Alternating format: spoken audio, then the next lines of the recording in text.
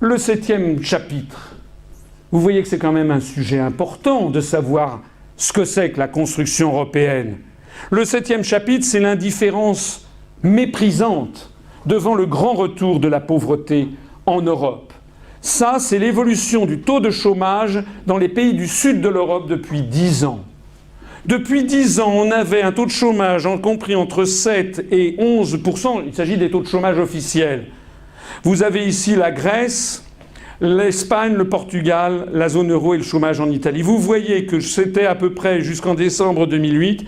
Depuis décembre 2008, c'est l'augmentation exponentielle mais extraordinaire du taux de chômage qui ne cesse que de grimper encore. Ici, c'est le taux de chômage de la Grèce qui a atteint 28%. D'après les toutes dernières données, 64% des Grecs de moins de 25 ans sont au chômage. 64% des Grecs de moins de 25 ans sont au chômage. 2/3 des jeunes de moins de 25 ans n'ont pas d'emploi. En Grèce, on n'a jamais vu ça, hein. Jamais. Le taux de chômage en Espagne suit le même chemin, on est à peu près à 27,5%, le taux de chômage de la population générale. Le taux de chômage au Portugal a atteint à peu près 18%, le taux de chômage en Italie a atteint 12%, en France il vient d'atteindre un nouveau record, à plus de 11%, hein, et le taux de chômage de la zone euro est à peu près maintenant aux alentours de 13%. Vous voyez quand même que nous avons affaire à un phénomène historique. Un phénomène historique. Ça, c'est une saisie d'écran, à titre d'exemple, de ce que l'on voit arriver en Europe. C'était le 27 août 2012, sur le site du journal Le Monde, Unilever se prépare à un retour de la pauvreté en Europe. C'était repris du Financial Times Deutschland, le responsable pour l'Europe de Unilever, qui est donc un géant anglo-néerlandais de l'agroalimentaire et des cosmétiques. Le 27 août 2012, il a dit qu'il fallait désormais appliquer en Europe les méthodes utilisées dans les pays en développement en vendant des minuscules conditionnements pour tenir compte de la montée de la grande pauvreté. Dixit, si un Espagnol ne dépense plus en moyenne que 17 € quand il fait les courses, je ne vais pas lui proposer un paquet de lessive qui coûte la moitié de son budget. En Indonésie, nous vendons des échantillons individuels de shampoing pour 2 à 3 centimes pièce et pourtant nous gagnons de l'argent. On en est là. On en est maintenant à nous donner en exemple ce que font les grands groupes pour essayer de gagner de l'argent dans des pays très pauvres, en Indonésie, au fin fond de Sumatra ou des Moluques. Hein. On voit la pauvreté s'étendre à toute allure en Grèce. Le taux de chômage a atteint, non pas 25%, j'ai pas mis à jour cette planche, mais a atteint de 28%. Le taux de suicide a augmenté de 50% en 2 ans, notamment des personnes âgées qui se retrouvent à la fin de toute une vie, qui n'ont plus de retraite, ou d'un seul coup on leur supprime leur retraite. Si vous allez en Grèce, si vous êtes allé en Grèce il y a 10 ans et que vous y retournez maintenant, vous verrez un pays qui est en train de sombrer dans la clochardisation généralisée. La pauvreté s'étend à toute allure au Portugal. Au Portugal, 150 000 Portugais ont émigré en 2011, en partie sur la suggestion du gouvernement. Hein. C'est dans le journal Diário de Noticias. C'était en 2011, en 2012, il y en a eu plus qui ont émigré.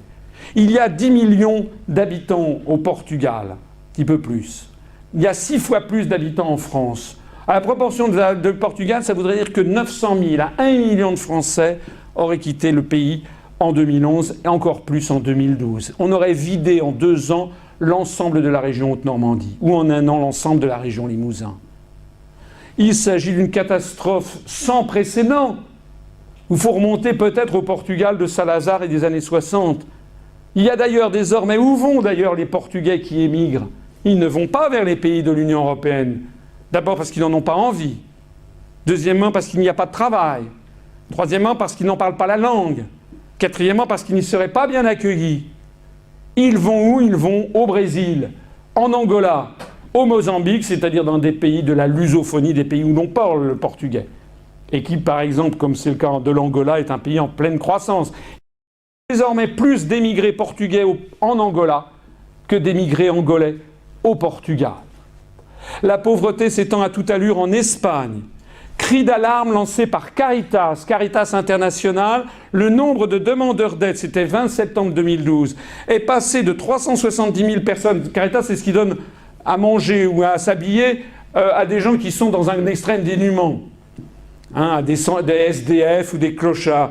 Avant la crise, 370 000 personnes secourues par an, c'est monté à 1 15 000 personnes en 2011. Le chômage continue à progresser à des niveaux records en Espagne. Il y a désormais, c'est des données qui datent déjà d'il y a bientôt un an, 1 737 600 foyers en Espagne ont tous leurs membres au chômage. Le père, la mère et les enfants. C'est-à-dire un processus de désocialisation complète. Quand vous avez, ça veut dire qu'il y a au moins 5 à 6 millions d'Espagnols qui vivent dans des familles où tout le monde est au chômage. C'est bien pire que les années 30, ce qui est en train d'arriver. La pauvreté s'étend à toute allure également en France. J'avance assez vite pour ne pas vous lasser. Vous montrer simplement les calculs de l'INSEE.